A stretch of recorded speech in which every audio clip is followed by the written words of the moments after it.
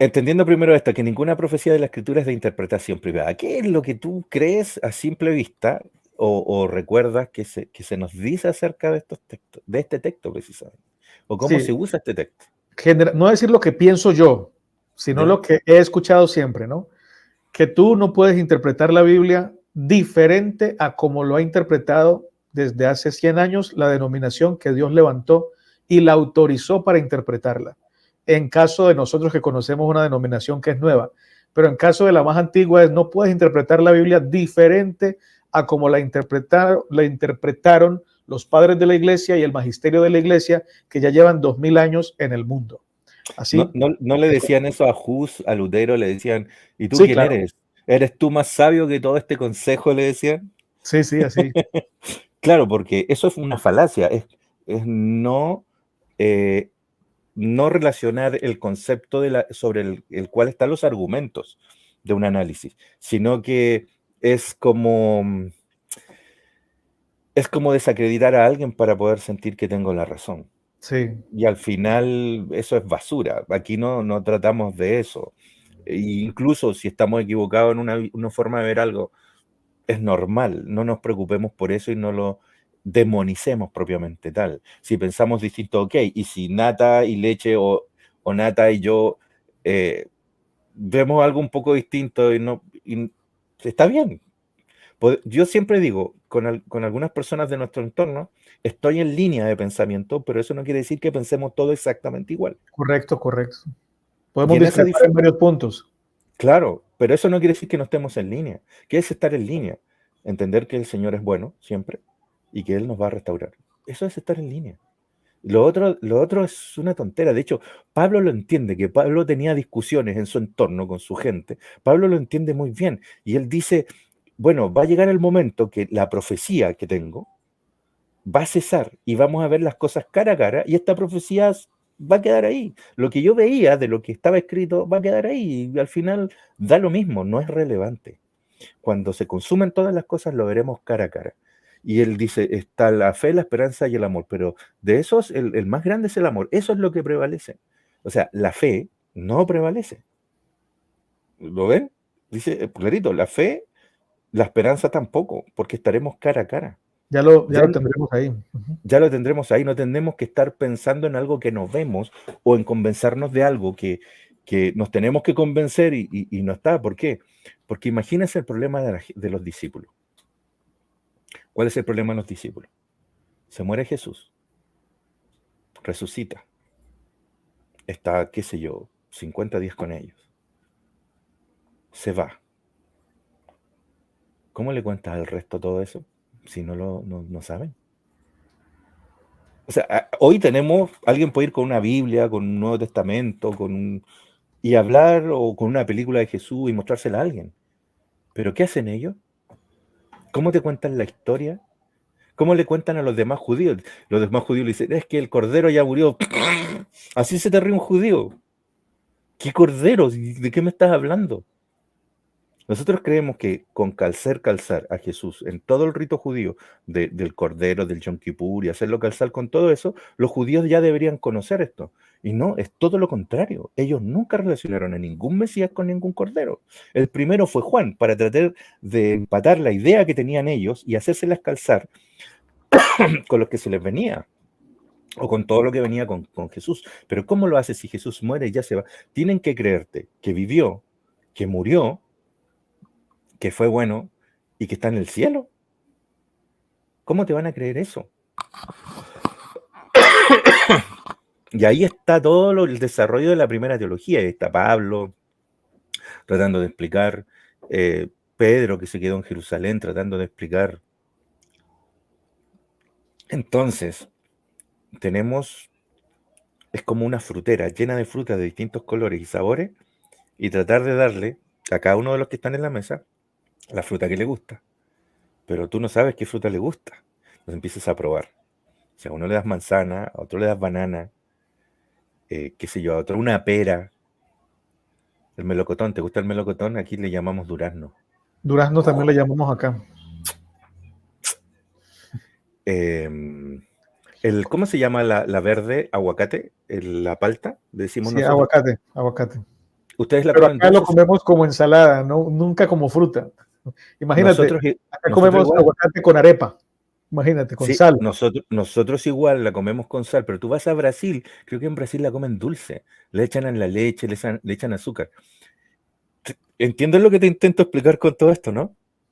Que al final tiene que ver con la vida y lo que le ha tocado vivir a diferentes personas en diferentes contextos. Entonces le dicen a Pablo, Pablo, tú ándate con los de aguacate dulce, y Pedro, tú ándate con los que consumen aguacate salado, pero están por seguro que tengan que dar aguacate.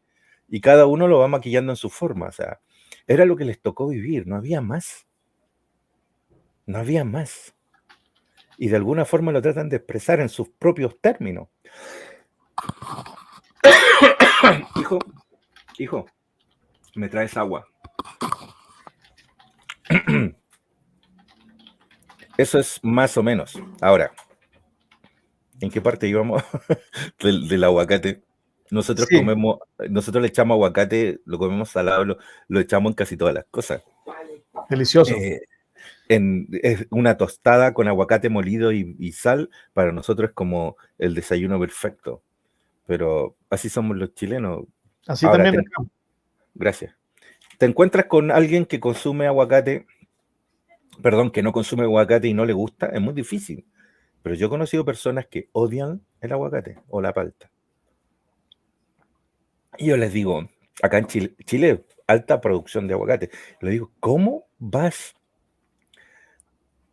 a odiar la palta? Es como que no sé, no existe, no conozco a esa persona, pero la he conocido. Bueno, lo mismo pasa en esto del análisis del Evangelio. ¿Cuál es la esencia del Evangelio? Y nos encontramos con un Jesús que es un Jesús sencillo, que no te enreda las cosas, que admite a todo el mundo y que te dice, ama. Y Pablo sabe estas cosas de alguna u otra manera, si los demás se lo dicen, aunque él no sé si llegó a escuchar a Jesús propiamente tal. Eh, Como por ejemplo, dice Corintios, dice, si yo tengo profecía, conocimiento, él se incluye, ¿no? Todo el conocimiento que él tenía, porque él era fariseo de fariseo.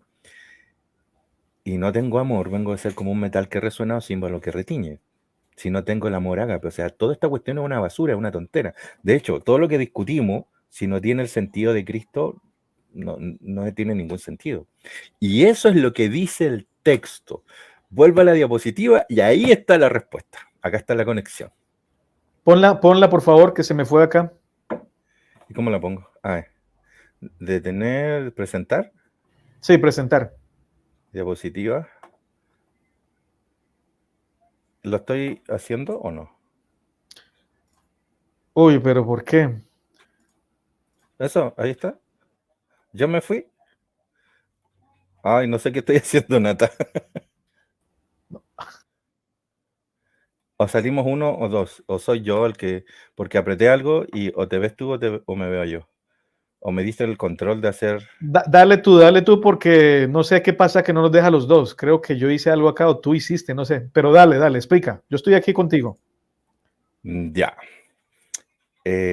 Aquí voy a salir yo. Mira, el siguiente texto nos da el contexto. Porque no es privado de otra persona. No es que tú, si tú lees la Biblia o tú la estudias o cualquier escrito, porque no está hablando de la Biblia que tú conoces. Eso lo tenemos que tener claro. Si tú estás estudiando cualquier escrito y Pedro le llama profecía, si tú estudias cualquier profecía, no está hablando de un análisis personal, está hablando de un análisis privado de otra cosa, no de en privado de que no se estudie en conjunto. Está hablando de otro elemento y lo vamos a ver en el contexto mismo. Si usted lee completo el versículo, donde está, completo el párrafo donde está el versículo, lo va a comprender al tiro. Leámoslo.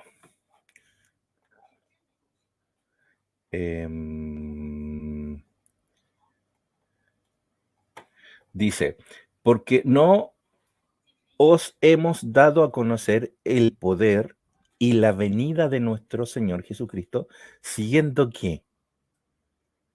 Fábula artificiosa. ¿Qué sería una fábula artificiosa? Nata, si estás ahí, ¿qué es una fábula artificiosa? ¿De qué me estás hablando? Bueno, ¿cómo salimos los dos acá, hombre, para que no nos abandonemos? Sería algo así como un invento humano, algo fantasioso, algo que sale del corazón carnal. Está hablando de los textos de ellos. ¿De qué, de qué, de qué?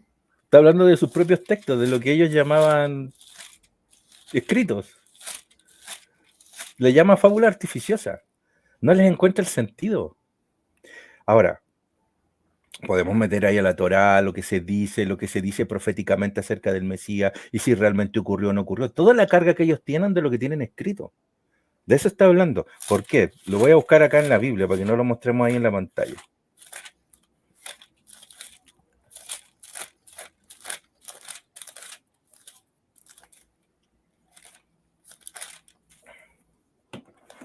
Dice, porque no hemos dado a conocer el poder y la venida de nuestro Señor Jesucristo siguiendo fábulas artificiosas, sino como habiendo visto con nuestros propios ojos su majestad. ¿Te das cuenta el conflicto que tiene? No sabe cómo explicarle a la gente lo que ocurrió porque no está escrito. O sea, no son fábulas artificiosas como ustedes sí pueden tener, o como me pueden culpar a mí de que estas cosas son mentiras. Yo no estoy siguiendo fábulas artificiosas, dice Pedro. Lo hemos visto con nuestros propios ojos. Y Pedro cuenta un caso, una situación. Él dice, pues cuando él recibió de Dios Padre honra y gloria, le fue enviada desde la magnífica gloria una voz que decía, este es mi Hijo amado en el cual tengo complacencia. ¿Qué evento está citando? La La transfiguración. transfiguración. Entonces él está diciendo, mira, ¿te acuerdas cuando... Y empieza a relatar, lo único que tiene él es contar testimonio, no tiene otra cosa para hablar. Entonces él dice, nosotros estábamos en el monte y estábamos ahí. Y nosotros oímos esta voz enviada del cielo cuando estábamos con él en ese monte santo. Tenemos también la palabra profética más segura. ¿Cuál es la palabra profética más segura? Recién habló de fábula artificiosa. ¿Cuál sería la palabra profética más segura? La palabra de Cristo, el mensaje de Cristo. Pero en este contexto sería la voz que ellos están oyendo. Sí, a la voz del Padre, ¿no? Ajá, ajá. Esa es la voz segura, porque todo lo demás es artificioso. Es especulativo, interpretativo, son historias que se nos han contado, nadie nos puede decir esto es así o esto es así, pero esto que le estoy contando nadie me lo mandó así. Lo escuché de primera fuente, dice. Esa es la voz segura, la del Padre. ¿Qué decía esa voz? Que este es mi Hijo amado, que el que está al frente es el Mesías, es el Hijo de Dios. Eso es lo que está diciendo. O sea, no tengo que interpretar, lo recibí de primera fuente de esa voz. Lo oí, yo estaba ahí, nadie me lo tiene que contar. Y de esa voz que yo oí, yo le estoy contando a ustedes. ¿Quién me va a negar eso? ¿Quién me va a interpretar eso? Esto no tiene interpretación, le estoy contando lo que vimos. Eso es lo que está tratando de decir. Tenemos pues la palabra profética más segura, a la cual hacéis bien en el estar atentos como a una antorcha que alumbra en el lugar oscuro, hasta que el día esclarezca y el lucero de la mañana salga en vuestros corazones. Entendiendo primero esto, que ninguna profecía de la Escritura es de interpretación privada, si no es privada, o sea, si es privada, ¿privada de qué? Privada de esa voz. Y acá lo explica, porque nunca la profecía fue traída por voluntad humana. Está hablando de privada de la voz de Dios. No de Sí, otra persona que estudie contigo, no de un grupo estudiando. no una institución. Tú puedes tener una institución completa, puedes tener una familia completa, 100 personas estudiando un mismo texto y es interpretación privada si está privada de Dios. Porque no tiene que ver con compañía humana, tiene que ver con que Dios ponga en el corazón de la persona aquello. ¿Qué significa eso? Sigue diciendo el texto. Sino que los santos hombres de Dios hablaron siendo inspirados por el Espíritu Santo. Y cuando nosotros leemos Espíritu Santo, nosotros interpretamos la tercera persona de la Trinidad y no se está refiriendo necesariamente a eso. ¿Te acuerdas cuando hablamos de Espíritu? El Espíritu es la verdad. ¿La verdad os hará libres? Sí. ¿Y cuál es la verdad? Es que Jesús es como es el Padre, que Dios no es violento. Esa es la verdad, que el Señor es paz. La verdad es paz. Ese es el Espíritu. Lo que le está diciendo es que tienes que pasar eso que tú estudias a través del ojo de Dios. El ojo de Dios es paz. Si tú entiendes que Dios es paz, puedes entender los textos. Esa es la interpretación que viene de lo alto. Te lo Amén. está diciendo de una. Pero si no entiendes espíritu, porque no entiendes el lenguaje que estos tipos se hablaban, no vas a comprender de qué te está hablando. Prejuiciosamente vas a entender que es como que el Espíritu Santo tiene que estar con ellos hablando. Y no está hablando de eso. Está hablando del mensaje de Jesús, que el Señor es paz, que esa es la verdad acerca del Padre, esté interpretada en los textos que lees. Cuando los tienes, has dado en el blanco, dice Pedro. ¿Lo ves ahora? Ahora. Poderoso. Eso es lo que entiendo que me está tratando de expresar Pedro, pero tiene elementos condicionantes que tienen que ver con la cultura, con cómo ellos lo veían, cuáles eran los términos que utilizaban, porque Pablo usa los mismos términos, usaban las mismas frases y estos tipos se juntaban a estudiar entre todos. ¿Se acuerdas cuando Pablo hablaba y estaban hasta la medianoche, un tico se cayó por la ventana? ¿Qué crees que estaba haciendo Pablo? ¿Estaba hablando de la cruz 15 minutos? Estaban hablando horas y horas y horas y horas, y eran preguntas y Se respuestas, alargó el preguntas y tema, respuestas. dice. Se alargó el mensaje. Es lo mismo. Entonces están viendo todas las aristas y cómo este mensaje tenga una razón de ser a través del ojo de Cristo. Por eso que nosotros tenemos que ver todas las cosas a través del ojo de Jesús para entender. Ahora, eso quiere decir que vamos a leer en el Antiguo Testamento que el Señor está castigando y tenemos que sacar la quinta pata del gato para decir que Jesús está de alguna forma metida en la historia. No. Podemos a través del ojo de Jesús decir, esto no está bien. Pedro, te equivocaste con Ananías y Zafira.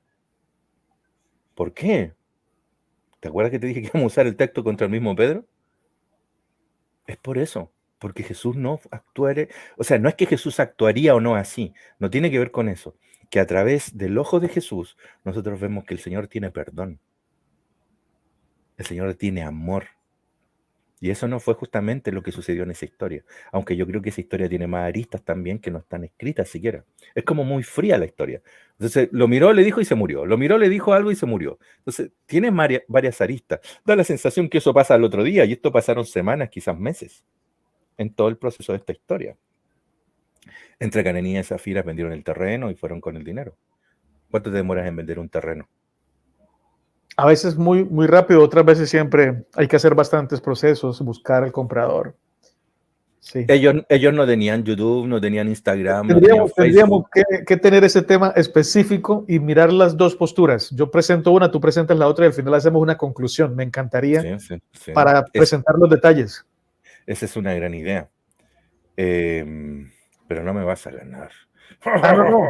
Es que no es de pelea. No es de debate porque tú y yo en ese sentido pensamos igual. Pero Sí, sí, sí. presentaríamos los argumentos de parte y parte. Sería buenísimo. Sí, sí, es una buena forma de hacer un análisis de esa historia.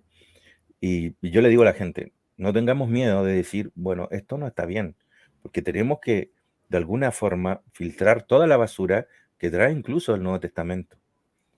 Cuando dices basura no te refieres a algo o sea, no es despectivo, sino algo humano que se presenta como de Dios, pero en realidad es humano.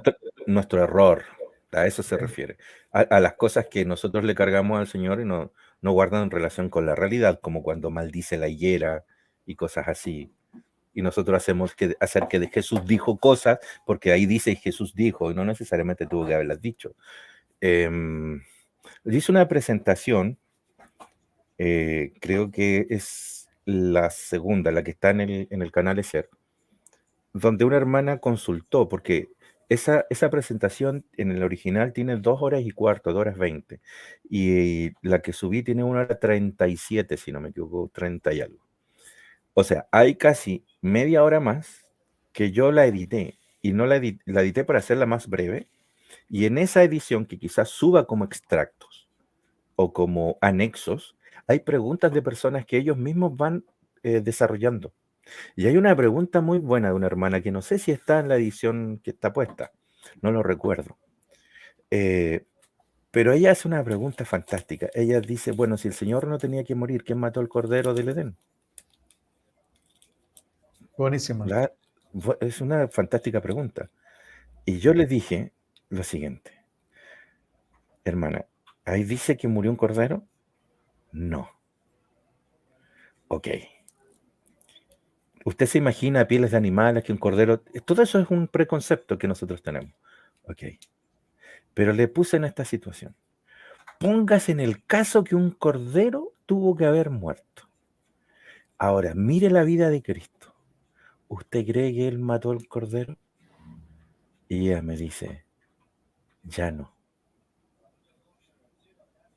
ya no. ¿Qué hizo ella en su mente para entender el texto? Puso a Cristo por delante y sacó la basura que tenía delante de su mente, que era el preconcepto, el prejuicio, o lo que se le había dicho, o lo que ella había entendido. Ahora, así podemos comprender algunas cosas. Eh, todo, en todas las áreas, en todas las historias, como, ¿cómo se llamaba el tipo que le cayó el arca del pacto arriba o trató de detenerlo y murió? ¿Usa?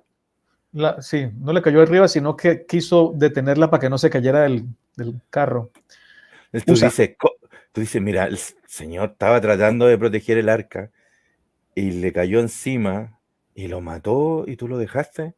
Ahora, puedes entenderlo de varias formas. ¿Te acuerdas de estos tipos que entran al santuario con fuego extraño, eran borrachos y terminaron muertos, los hijos de Nada, Eli, nada de Abiú.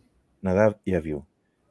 Y tú agarras el libro de jueces, sí, creo que es el libro de jueces, el libro de Reyes también creo que lo relata.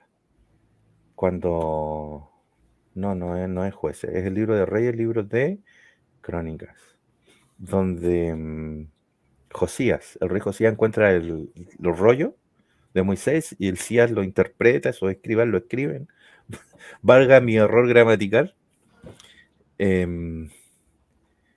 300, 400 años pasaron en el santuario que me dieron ídolos, me dieron altares a otros dioses, culto pagano, casi destruyeron el santuario. Esa es la sensación que tú lees a través de todos los textos.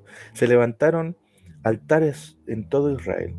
Vivieron, yo calculo que por lo menos entre 6 y 10 generaciones de sacerdotes paganos, uno tras otro, generaciones completas.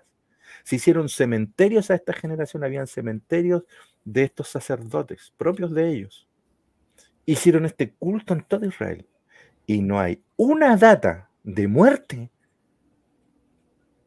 que nosotros sepamos o que esté escrita respecto a esa historia, o al menos que yo sepa, porque en los textos no sale, en los que tenemos acá en el canon, y no hay una sola data de muerte. Y con Nadab y Abiú murió. Es que hay algo que está pasando acá. O nos están contando la historia desde un ángulo muy raro, o hay historias que no sucedieron. Ahora, ponte en el caso. El santuario, ¿de qué era el de Moisés? Tela. ¿Inflamable? Sí, las telas son inflamables. Había aceite por todos lados. ¿Estaba encendido dentro del santuario? Sí, estaba encendido el incienso. ¿Había fuego que ellos entraban? Sí, fuego que tenían afuera, que entraban, fuego que no se apagaba nunca. Ahora, entra dos borrachos con una antorcha donde hay aceite y todo es inflamable. Lo ¿Tú tremendo crees es que que el texto se cuida de esa forma de mirarlo porque dice que no se quemaron sus ropas. esa es Ellos- la parte, esa es la parte que tú miras y dices, como yo creo que Jesús no mató a ese animal? Es lo mismo. Cuando tú lees, tú dices, aquí hay algo. ¿Por qué? Porque Moisés, para saber, mira lo que te estoy diciendo, porque tú lees el texto donde está y después te habla de que los sacerdotes no deben beber alcohol en su ministerio. Ese texto está puesto ahí para amenazar a los sacerdotes para que ellos no no ministren en el santuario con alcohol. Para eso está, es una advertencia. Y que obvio con eso tú lo consigues. Te hago la pregunta. Moisés le tuvo que haber hecho un test de alcohol a esos dos tipos que murieron para saber lo que sucedía, porque cámaras no había para entender. Todo lo dieron por hecho. Ocurre algo y lo dan por hecho. Y la historia se va contando de generaciones en generaciones porque ese texto está escrito. Moisés es del 1200 al 1300 al 1400 antes de Cristo. Y esos textos datan de cerca del 400, 500 antes de Cristo. Pasaron cerca de 1000 años desde que nosotros los tenemos, desde que se escribió la primera vez en Levítico, a desde que sucedió el caso 1000 años antes. O sea, aquí hay mucha agua bajo el puente. Por lo tanto, lo que yo pienso es que muchos de los sucesos ocurrieron, no de la forma en que están escritos, y no culpando de la misma manera como está escrito, no dándole las mismas razones. Es muy probable que muchos de esos hechos ocurrieron, pero están escritos de una manera extraña, como barriendo para tu propio parecer o tu objetivo. O sea, una forma de darse cuenta cuando algo allí falla en el texto o en el relato es compararlo con Jesús.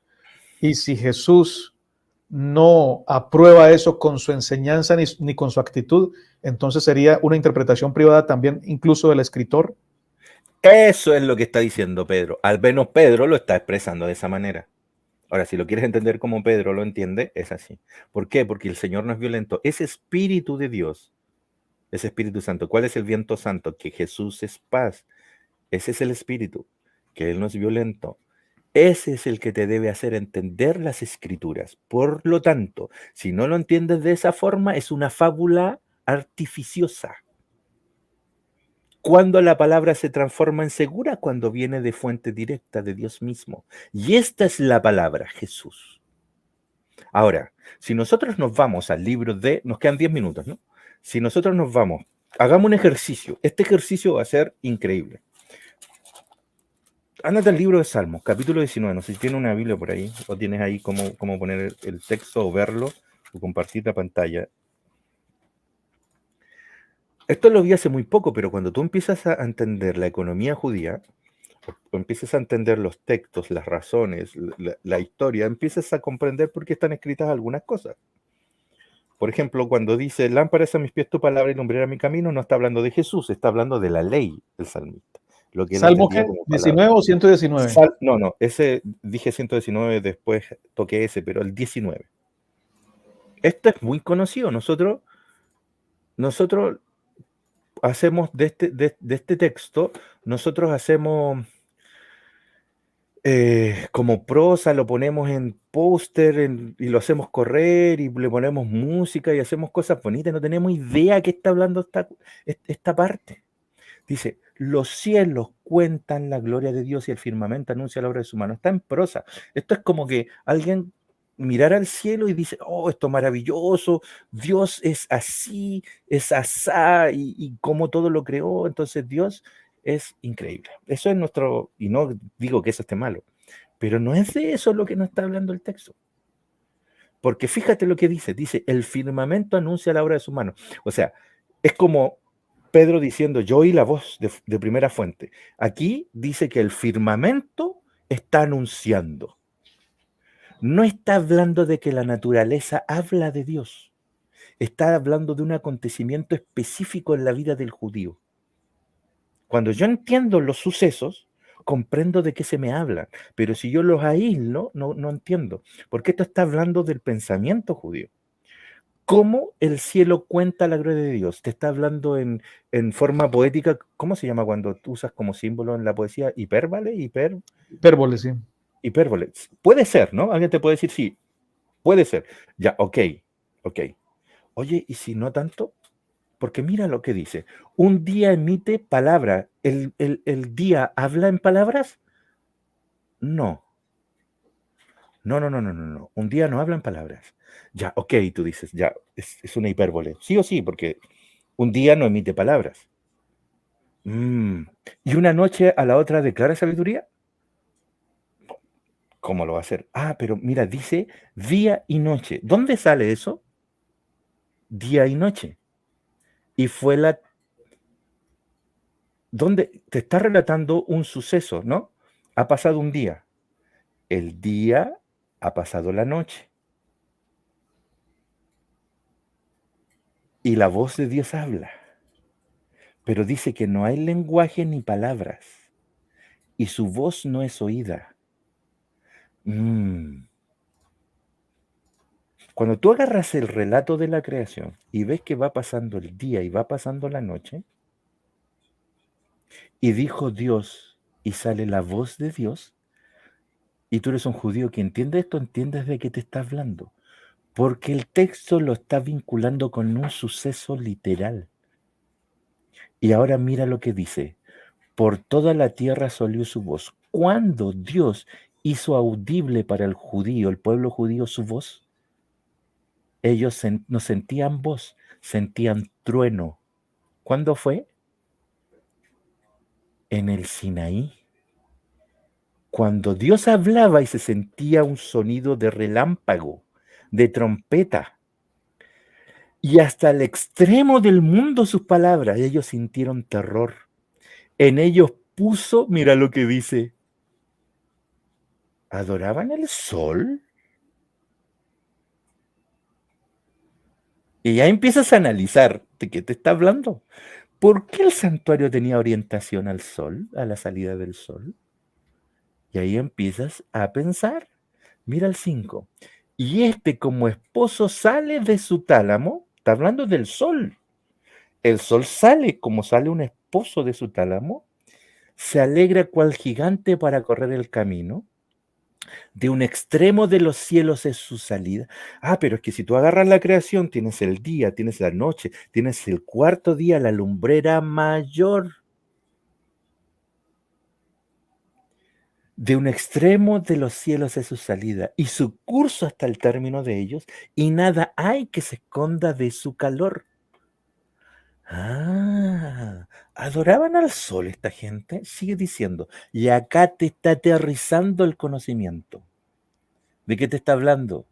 De la De ley. la ley. Todo el tiempo te estuvo hablando del Sinaí. Eso es. Ese es el centro de ese mensaje. La ley de Jehová es perfecta que convierte el alma. Porque ¿cuál era su voz que salía por todo el firmamento? Lo escuchamos todos en el Sinaí. Esa es la misma voz que dijo al sol, la luna y las estrellas aparezcan. Esa es la misma voz que hizo pasar de un día a otro la creación. ¿Te estás dando cuenta cómo cuando empiezas a entender al judío, empiezas a entender, entiendes de qué te está hablando el texto? La ley de Jehová es perfecta la ley de Jehová. Para ese tiempo, en el momento que fue escrito, él lo veía como tal. Su voz era el texto de la ley, porque se supone que el Señor, que era una voz que ellos no conocían, Moisés les termina diciendo, estas son las palabras del Señor, están escritas aquí. Pero ellos, dice el texto, que no comprendían nada, sentían un trueno. Ahora, ¿quién me dice que eso era cierto? Bueno, Moisés lo dice. La ley de Jehová es perfecta que convierte el alma, el testimonio de Jehová es fiel que hace sabio al sencillo. Los mandamientos de Jehová son rectos que alegran el corazón, el precepto de Jehová es puro que alumbra los ojos. Pero anda a equivocarte, ¿qué hace eso? Te cae encima y te destruye. Esa es la personificación del Dios del Antiguo Testamento. Un Dios que te hace bien, que te hace bueno todo, pero que si tú le fallas para corregir ese error, te tiene que limpiar el error con sangre. El Dios del Antiguo Testamento es la ley, como ellos ven la ley. Por eso ven a Dios así, como es la ley, lo ven a Dios. Y de hecho dicen que la ley es la expresión de su carácter, así que no hay forma de separarlos. No es así. Ahí hay una forma de analizarlo, quizá un día lo analicemos, que tiene que ver con el origen, con las 10 palabras, que nosotros no tenemos referencias. Nosotros lo que tenemos es una aplicación de esas 10 palabras en la Biblia, porque si no, no habría una diferencia entre Deuteronomio y Éxodo, porque el cuarto mandamiento está escrito en forma distinta. Uno dice que lo debes adorar o respetar o guardar porque Dios es el creador, y el otro dice que es porque Dios lo sacó de Egipto. Las dos ideas no son la misma. ¿Y por qué dice eso? O sea, la voz de Dios audible dijo una vez una cosa y después dijo la otra. No, ellos en el Decálogo, en las 10 palabras están leyendo solamente la palabra reposo. ellos interpretaron qué significaba El que y la razón escribió por la... Éxodo interpretó que era por la creación, y el que escribió Deuteronomio por la liberación. Aunque Claro, algunos dicen que es el mismo, pero pues hay evidencias que parecieran mostrar que son diferentes autores. totalmente. Deuteronomio estaba metido Hilcías, lo dice la misma Biblia. Y Bueno, de Elliot, hecho, se nos fue el tiempo. se Se nos fue el acabó el tiempo. tiempo. Fantástico. Pero alcanzamos Pronto a decir tendremos todo. otro programa, ya no será en vivo, vamos a hacer un en vivo por semana, pero los demás editados, y vamos a tener esas dos perspectivas mínimo de un tema y una conclusión para llevar a las personas a seguir investigando. Y que la gente no se espante por estas diferencias, estas incongruencias que puedan encontrar, sino que eso le entregue el fundamento necesario para comprender los textos, entender qué se nos está diciendo, cuál era el pensamiento que existía en la época y sacar la lección cuando corresponda y no sacar lección cuando no corresponda. Eso significa filtrar, ¿no? Muchas gracias, Enio. Valiente y poderoso. Mejor dicho, en el nombre del Señor, este canal va a ser de mucha bendición y me apasiona, porque siempre me ha gustado ver por lo menos dos puntos de vista diferentes y vamos a lograrlo con la ayuda de Dios. No sé qué tema vas a sugerir para el otro video, porque tú eres el que vas a elegir el próximo tema y yo elijo el segundo y así. Después el público elegirá en los comentarios. Pero los primeros dos temas elegimos los dos. Que escriban. Bueno, demos la oportunidad, pero yo quisiera decirte a ti que elijas ese próximo. Si hay por lo menos 3 comentarios donde nos sugieran, pues le haremos caso a ellos. Claro, pero claro. Ve pensando tú en el tema por si no hay comentarios, porque sabes que estamos comenzando. A veces cuando uno comienza no hay muchos comentarios. Pero entonces ve pensando tú. Sí. Ahí vamos a ver qué es lo que planteamos. Vale. Saludo a todos y muchas gracias por quedarse hasta el final, por escuchar, por compartir, por darle me gusta y por hacer parte de esta comunidad. Un abrazo para todos. Hasta luego.